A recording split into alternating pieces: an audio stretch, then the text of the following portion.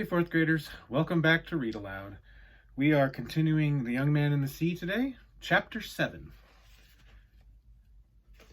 And the chapter is called The Ringing of the Hammer. Putting on the new planks takes 2 whole days. I learned my lesson with the mudworms, so I drug out an old piece of plywood and lay on that. Then I clamped the plank to the ribs like the old man told me, and drilled holes for the new screws. Then I put the screws in, all 110 of them, and that took forever.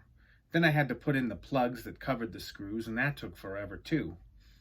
Got to know the bottom of that boat real good. Every dent and seam, every place it had ever been repaired. Won't be long now, I kept telling her.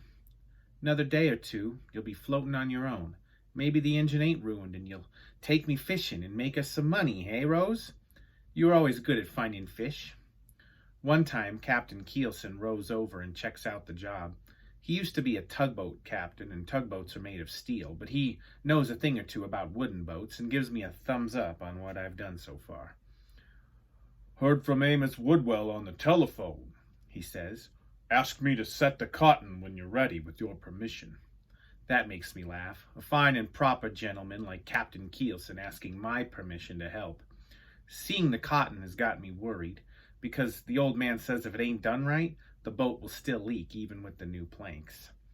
The day we're ready, Rose and me, they both come by, Captain Keelson and Mr. Woodwell, together in the captain's red Ford pickup truck.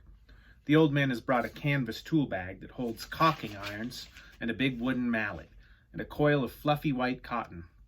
He hands it all over to Captain Keelson.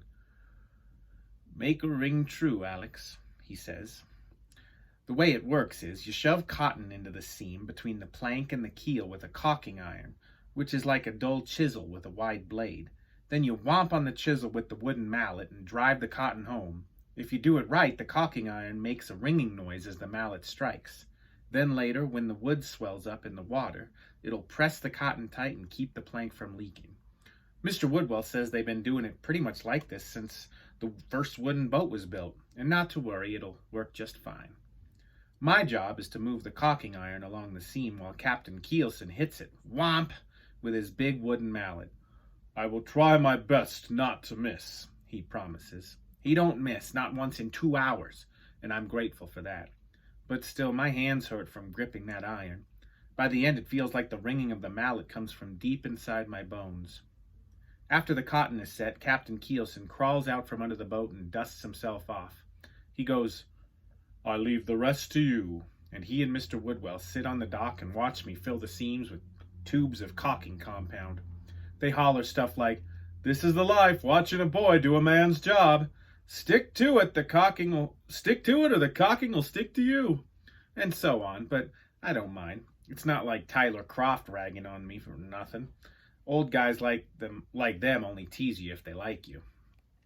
When I finally crawl out, Captain Keelson shakes my head and goes, "Young man, I hope you got as much caulking on the hull as you got on yourself." But I'm too tired to joke back. Tired as I am, I can't wait for tomorrow. That's when we'll see if the planks hold and keep the water out. That's when we'll know if the Mary Rose is ready to go fishing. I decide from now on, if my dad don't bother asking about the boat, then I won't bother telling. I'm sick of pushing stuff on him that he don't want pushed. All it does is put me in a mood, and believe me, that ain't a pretty sight. When I'm in a mood, I get all sulky and just want to be miserable. It's like when I'm in a mood, being miserable is the only thing that makes me happy. Weird, but true. So, no moods, thank you. Just make Dad his supper and see if he eats some of it. Take out the empty beer cans and hide them in the shed so the guys who pick up the trash won't have nothing to talk about. Go to bed early and read my stash of comic books, the ones I found in the shed about the Flash and Green Lantern and Batman before they were movies. Except I've read them so many times, I'm not really seeing the page. I'm seeing the Mary Rose and worrying she'll leak as bad as she did before and sink again. And I'll keep trying to fix her and she'll keep sinking, and that's when I know I'm asleep and dreaming. But there's nothing I can do to make myself wake up until the alarm clock finally goes off. Bring, bring. Bring me some luck, please. I sure could use it. In the comments below, think about Skiff and some of the things that he shares here, some of his worries and some of the ways he acts Can you relate to Skiff at all? Like the way he says, being miserable is the only thing that makes me happy. Do you ever feel like that? Are there ever any times where you feel like you can't feel any better? And also, something that's keeping him up at night is the Mary Rose. He's really worried about that not sinking again. So, how can you relate to that? Is there anything that you think about when at night? Things that worry you, things that just you can't get off your mind?